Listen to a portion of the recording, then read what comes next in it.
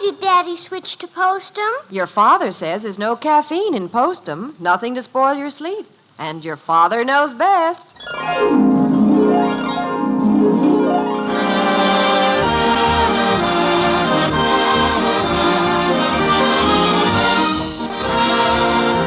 Yes, it's Father Knows Best, transcribed in Hollywood, starring Robert Young as father. A half-hour visit with your neighbors, the Andersons. Brought to you by Instant Postum, the good-tasting drink that's entirely caffeine-free, and by Post 40% Bran Flakes, America's largest-selling bran flake.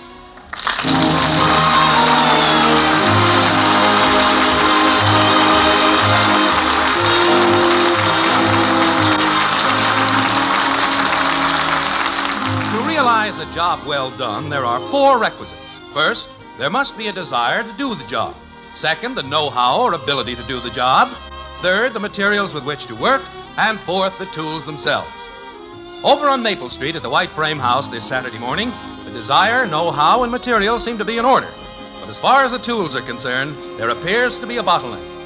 The master of the house, Mr. Jim Anderson, is attempting to diagnose the bottleneck by the process of elimination. Like this. Margaret, have you any idea where my long-handled shovel is? No, I haven't. Bud? No. Betty? No. Kathy? No. Well, that's just about par for the course. Why is it that nobody ever knows where anything is around here? Now, dear. Seems that lately I can never find anything out there in the garage. Last week it was my pipe wrench. Before that, my axe and tape measure. What about that sign you were going to put up in the garage? A place for everything and everything in its place. I put it up, but now that's missing, too. Well, the shovel must be around here someplace. Dad, why don't you do like I do when something is missing? You have a system? Sure. If I lost a shovel, I'd say to myself, where would I go if I was a shovel? I can see that this is a very intelligent approach. But it works, Dad. Let's see, if I was a shovel, I'd probably go next door and visit another shovel. All right. Or maybe I'd go up in the next block and look up an old rake.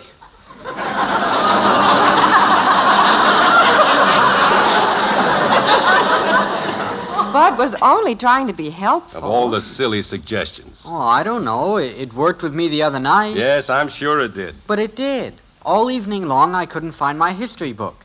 So I said to myself, if I was a history book, what would I do? And then I said, I'd get lost. And sure enough, it was. Would you go over that again? Never mind. Look, if I don't find my shovel and the rest of my tools, I'll never get the wall put up and back. Oh, have you ordered the cement blocks? Yes, they'll be out here around noon. Father, I think that's the best idea you've ever had, fencing in the back of our yard. Well, it will give us a lot more privacy. And it will look beautiful by the time we have vines and roses climbing on it. But before I forget it, I'm expecting you to help me this afternoon. I'm sorry, Dad, but I have a previous engagement. With whom? With Joe. How long have you had this previous engagement? Ever since he heard there was some work to be done. I'll help you, Daddy. Thanks for the offer, kitten, but I remember the last time you helped me when I was building the barbecue. What happened? I guess you were a little young to remember. But as I recall, I was using some quick-drying cement, and as soon as I got a nice gooey batch mixed up, you proceeded to sit in it. Play patty cake, baker's man. Gee, I bet that was fun. Yes, it was a picnic. Before you went to bed that night, we had to chisel off your rompers. Some people have their baby shoes bronzed. Ours are cemented. I'll get it. Hello. Oh, hi, Joe. I was just telling Dad about that important engagement you and I have. Engagement. Important. Must be real important. He can't even remember it. You remember. Forget the engagement, Bud. You've got a date with a brick wall. Oh, Dad. While you've got Joe on there, ask him if his father has a shovel. Say, Joe, has your father got a shovel? Oh, that's bad. What's wrong? He's got one. Well, ask him if we can borrow it. Joe, can we borrow it this afternoon? Huh? Oh, that's bad. Now what? He said we could borrow it. Oh, stop that, Bud. What, Joe? Oh, that's good. That's wonderful. That's more like it. He just remembered the handle is broken and we can't use it. Look, Bud, I'm going to get a shovel someplace, and you might as well make up your mind that you're going to help me this afternoon. But, Dad, Joe and I have got an important engagement. Now, don't give me that. Holy cow. If it's so vital that you and he get together, why don't you tell him to come over here this afternoon and give us a hand? Say, Joe, why don't you come over this afternoon and help us put up a brick wall? Hello, Joe? Hello? Hello? What happened? I think you remembered an important engagement. It seems to me, dear, that the last time you used the shovel was when you put in those clothesline poles for me. Say, I believe you're right. Daddy, when are you going to build me a playhouse? Kitten, you've got a playhouse. But that's such a rickety old one, and it's not big enough to hold a meeting. Hold a meeting? Sure. In a couple of years, I'll be old enough to join the Girl Scouts. And we gotta have a place for meeting. Well, I approve of the Girl Scout idea, Angel, but I don't think you'll have to provide a meeting place. Father, I think I know what happened to your shovel. Oh? Didn't Mr. Pearson drop by that day you were putting in those clothesline poles? Come to think of it, I believe he did. Betty's right. He waited until you got through using the shovel, and then he borrowed it. And that was over 3 months ago. What's the Pearson's number? Kenwood 7911. I don't know of anything more annoying than people borrowing things and then... Oh, Fred. Jim Anderson. Say, Fred, I hate to bother you like this, but I have a little construction job to do this afternoon, and I was wondering if I could get my shovel back from you. Oh, that's all right, Fred. Forget it. Thanks a lot. What? Okay. Yeah, okay. See you, Fred. Bud, run up to Pearson's and get my shovel. Okay, Dad. And, Bud, Yeah, Dad? when you go, take back his hacksaw that I borrowed. What a memory that Pearson has. Come on outside, Margaret, and I'll show you where I'm going to build the wall.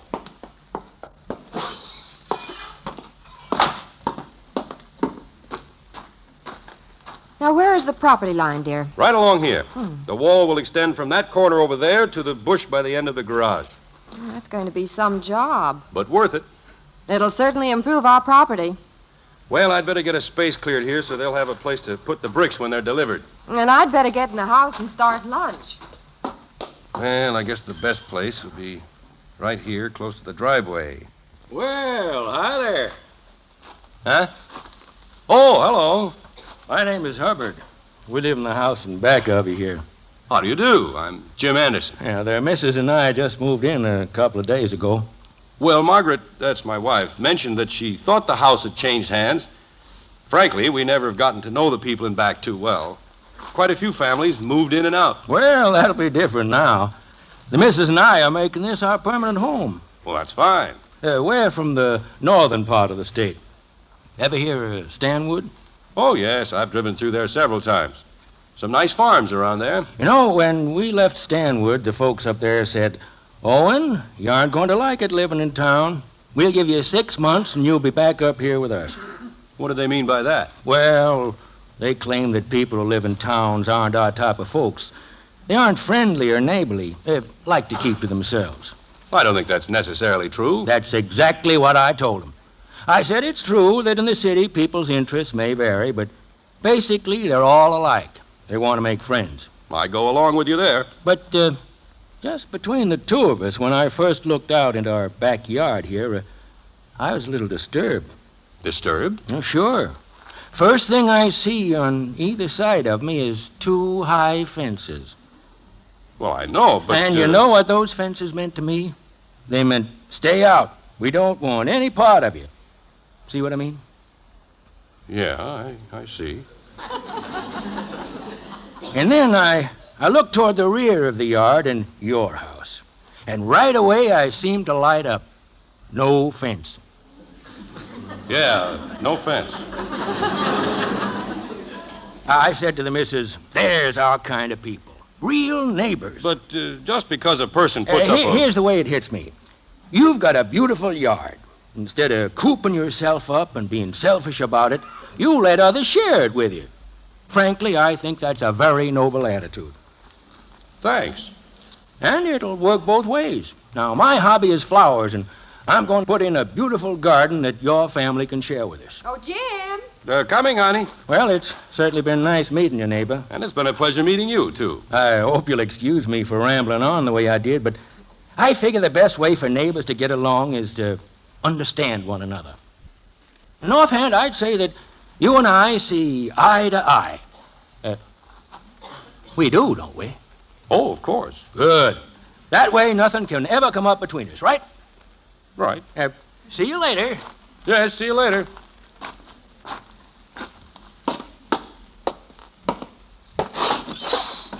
Dear, lunch will be ready in a few minutes. Honey, do you remember the phone number for the brickyard? It's in there by the phone. Anything wrong? No, I just met our new neighbor out and back. What happened? I'm not going to build the wall. What? Father, did I hear you correctly? I can't possibly build it now. Now you're talking, Dad. You stay out of this. You're just trying to get out of work. But, dear, this morning you were so enthused about the wall. I know, but this new neighbor's a real friendly fellow. And to put up a wall, well, it would... Yeah, you can't go around offending neighbors. Quiet. Dear, you can have a wall and still be neighborly. Margaret, you don't understand. We've got a beautiful yard, and instead of cooping ourselves up and being selfish about it, we share it with others, which is a very noble attitude. Very noble. Well, personally, dear, I think your reasoning is a little off. You know I'd be the last person in the world to be unfriendly toward our neighbors. I realize that, honey. But I say if you want to put up a wall, go ahead and put one up. And you do want to put one up, don't you, Father? Well... It was your idea, and Mother and I agreed that it was the best thing that could ever happen. It'll look wonderful, dear. And give us the privacy we need. Watch it, Dad. You stay out of this. Daddy! Miss Kedden? The truck is out in the driveway with the bricks. Oh. The man wants you to sign this paper. Tell him to wait a minute. Dear, you aren't thinking of sending those bricks back. But what will I tell our new neighbor? Well, if it'll make it easier for you, I'll write a note explaining everything, and you can take it over to him. Yes, Father, what are you, a man or a mouse? Dad, are you going to let them talk to us like that? But quit trying to start something. I'm not. Kathy, hand me that slip of paper. I'll sign it. Holy cow. Oh, stop grumping. Here you go, kitten. Take it to the man. Oh, dear, don't look so upset. Margaret, if you had only been in my shoes and talked to this fellow and... Well, never mind. Bud, you can get washed up. We'll be eating lunch in a minute. It better be a big lunch. A guy doesn't put up a brick wall every afternoon. Betty, you can help me put the things on the table. I'll be right back. I want to go out and take a look at those bricks. Hi. Oh, hello again. Yeah, that's some pile of brick you got there. Yes, quite a pile. Hey, you've got enough bricks there to build a wall. Yeah, certainly have. Doing a little digging in your backyard, I see. Yes. After I talked with you, I went in and chatted with the missus. She was sure happy to hear that you and I hit it off so well. She's anxious to meet you folks. We'll be anxious to meet her, too.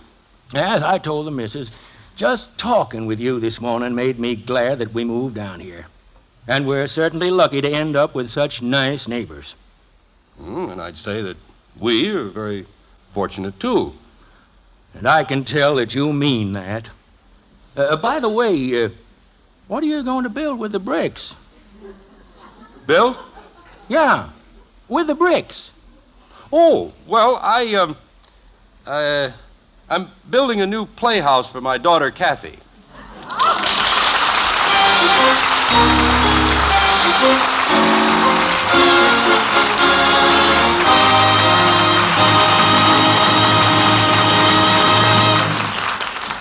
Poor Jim, he's really on the horns of a dilemma. But what about you? If you happen to be tossing and turning on the horns of sleeplessness, well, Ed Prentice here has an encouraging word for you. Friend, I've got a mighty encouraging word for you, and that word is postum.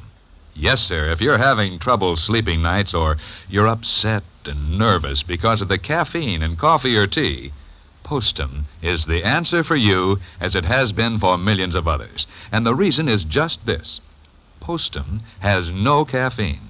I mean no caffeine at all, not a trace. Yes, Postum contains nothing to cause you sleepless nights or jittery nerves. But Postum does have this, a hearty, vigorous flavor. The more you drink it, the better you like it. Now, I can't promise that Postum will bring everybody good sound sleep because everybody isn't bothered by caffeine. Lots can handle it. But one thing's sure, you can find out fast if caffeine's the reason you're not sleeping or your nerves are on edge. Just do this. Get a jar of instant Postum and drink Postum exclusively for just 10 days. Then if you find you're sleeping fine again, looking and feeling like a million, you found your answer and at a cost of only pennies. Gosh, you better start drinking Postum tomorrow, don't you think?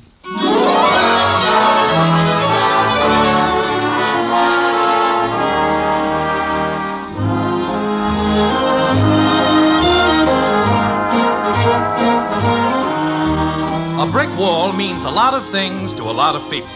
To Margaret Anderson, it means a thing of beauty with vines and flowers climbing up its side. To daughter Betty, it means privacy. To Bud, the son, it means a lot of hard work, especially if he has to help build it. To Jim Anderson, the father, it means a barrier to neighborliness. And that is why he's abandoned the idea of building a brick wall and instead is going to construct a playhouse for Kathy. At the moment, he's trying to explain his actions. Like this. Margaret, for the 40th time, I'm telling you that if I put up the wall, our new neighbor will take it as a personal offense. And I don't think it's worth it. But, dear, don't you see Honey, that... we've gone this long without a wall, and I'm sure we can get along a few years more without one. Oh, Father, you're hopeless. All right, I'm hopeless. But I'm taking those bricks and I'm building a playhouse for Kathy.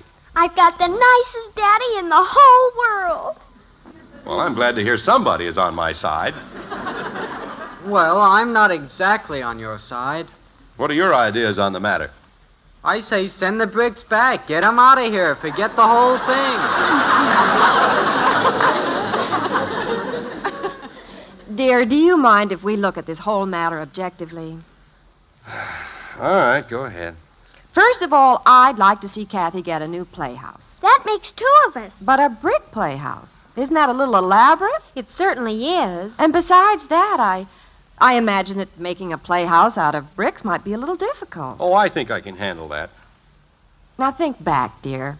The last thing you made out of brick was the barbecue that you mentioned a while ago. And when you got through with it, everybody thought it was a bird bath. It fooled everybody but the birds. Well, I remodeled it, and if I do say so, it looks pretty good. Well, what I'm getting at is that you could use this for an excuse. You could tell our new neighbor that after thinking it over, you decided that building a playhouse is a little too difficult, and so as not to waste the brick, you're going to build a wall. Oh, honey. Well, anyone have a better idea? Yeah, send the bricks back.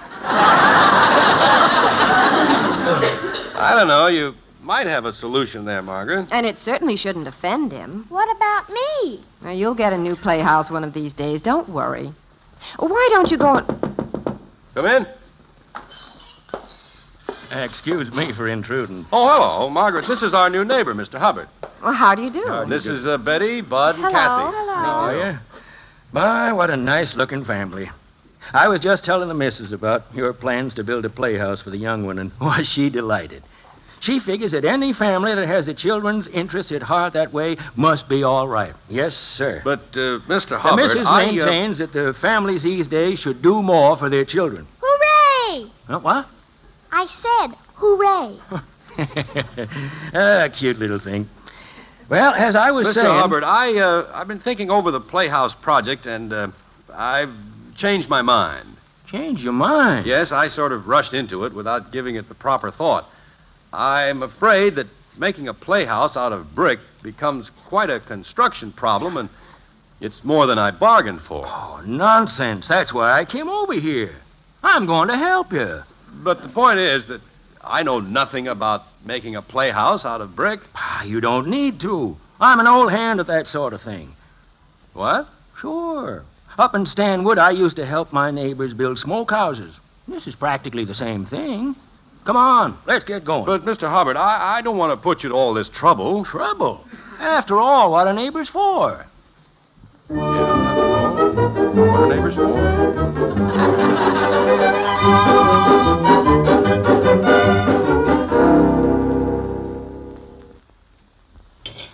How we lined up there, Anderson? Fine. I think we can start another roll. Good. Hey, son, will you get me a little more cement, please? Sure. Yeah, that's a fine lad you got there, Anderson. Thank you. Not many boys these days would spend a Saturday afternoon helping their father. How do you train them like that? I don't know. I guess I just have a knack for it. Here's your cement, Mr. Hubbard. Oh, thanks. You can just set the pan down there. I'd say we're making pretty good progress. Sure, this won't take any time at all. Daddy, Yes, kitten? can I help? No, thanks. We're doing quite well the way we are. Oh, please. Mother's calling you. But I want to help. Kathleen! You'd better run along, kitten. Okay. Now, Kathy, be careful. Watch where you're going. Kathy, the cement! Phew. She missed it. Fooled you, didn't I?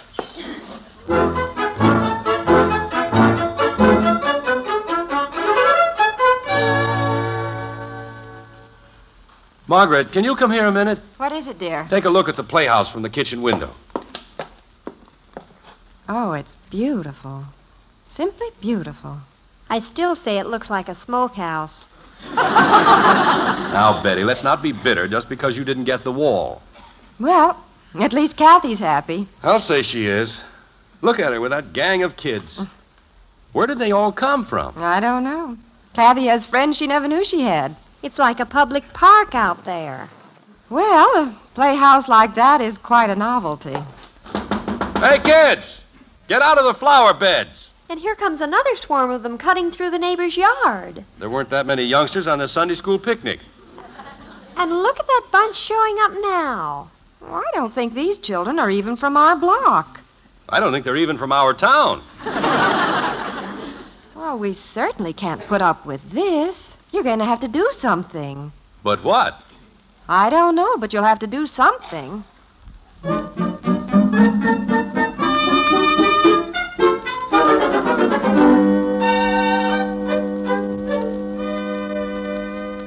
But, Owen, we can't put up with this. You're going to have to do something. But what? I don't know, but you'll have to do something. Why don't you go over and speak to Mr. Anderson? I would, but I don't want to offend him. But we can't have these children running through our yard like this all the time. But they aren't Mr. Anderson's children. I know, but they're coming over to visit his daughter. I just thought if you had a friendly chat with him. But we're brand new neighbors, and we're getting along so well, I don't want to go over there and start anything. But the fact still remains that with all these children running through the yard, I get nervous.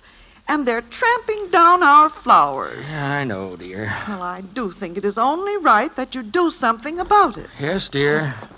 I'll go over and talk to Anderson.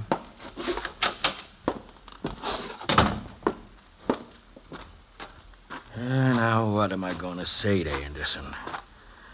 I know how he feels about youngsters. Oh, well, just have to do the best I can. Come in. It's me. Oh, hello. Come on in. Mr. Anderson, I don't know how to say this. What's bothering you, Mr. Hubbard? Oh, well, it isn't bothering me, really. Oh? Well, what seems to be wrong? Oh, well, there's nothing wrong. It's just that, well, I'd sort of like to ask you something. Sure, go ahead. Promise me you won't get angry. Sure, I promise. Well, would you mind if I put up a wall between your yard and mine?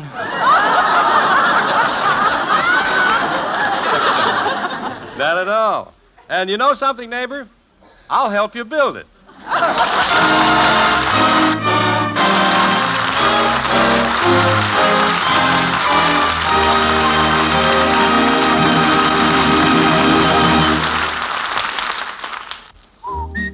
For goodness sake, eat Post Bran Flakes.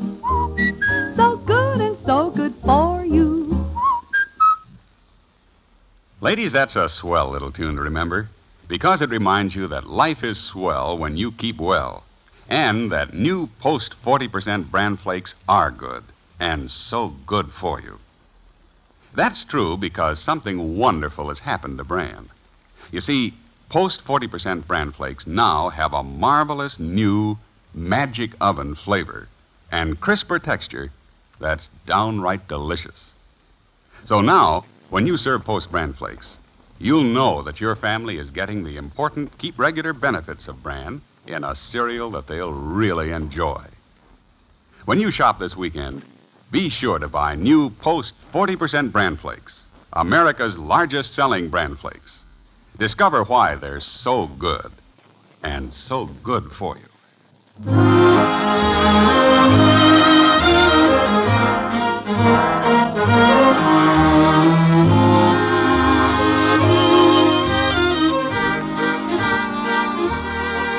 Well, there's a lot of new brickwork around the white frame house on Maple Street. Wall in the back, new playhouse for Kathy.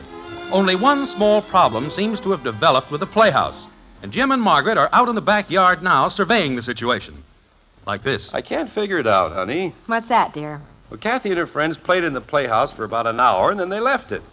Well, you can't expect her to play in it every minute. Well, it's not that. She's back in the old playhouse, that ramshackle thing made out of packing boxes. Back to her first love, I guess. How do you like that? After Hubbard and I went to all that work, used all those bricks for that new playhouse. Well, it needn't be a total loss, dear. We can probably find some use for it. Maybe I have a thought. Careful now. Yes, sir. I'll pick up some fresh hams and some fish and a lot of hickory wood. What for? What for? Can't you see, honey? Betty was right. That thing will make a dandy smokehouse.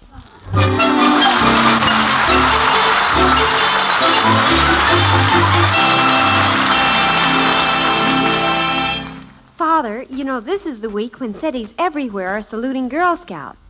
Sort of the time to remind people what a truly wonderful work the Girl Scouts are doing. Princess, I remember very well how proud we were when you joined.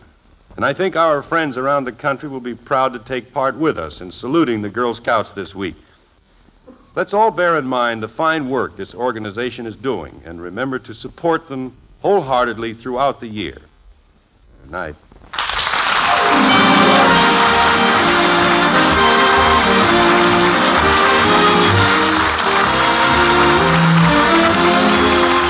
Join us again next week when we'll be back with Father Knows Best, starring Robert Young as Jim Anderson. Until then, good night and good luck from the makers of Post 40% Bran Flakes, America's largest selling Bran Flakes, and Instant Postum, the drink that's entirely caffeine-free. In our cast were Helen Strome as Kathy, Dorothy Lovett, Rhoda Williams, Ted Donaldson, Charles Seal, and Helen Van Tuyl. It's the best hot cereal you ever ate. Post Wheatmeal, the best hot cereal anybody ever ate. Rich and delicious with a nut-like flavor you'll never want to miss. And hot Post Wheatmeal is so good for you. Packed full of solid whole wheat nourishment, especially good for children. Post Wheatmeal takes just 3 minutes to cook. Get the big family economy size with the picture of Roy Rogers on the package. Post Wheatmeal. The best hot cereal you ever ate.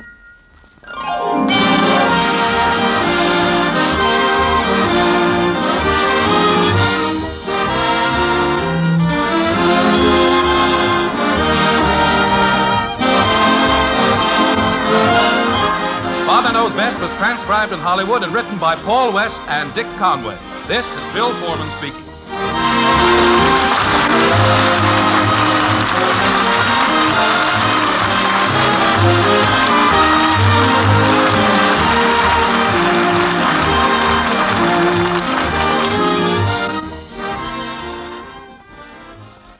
Tonight, play Truth or Consequences on NBC.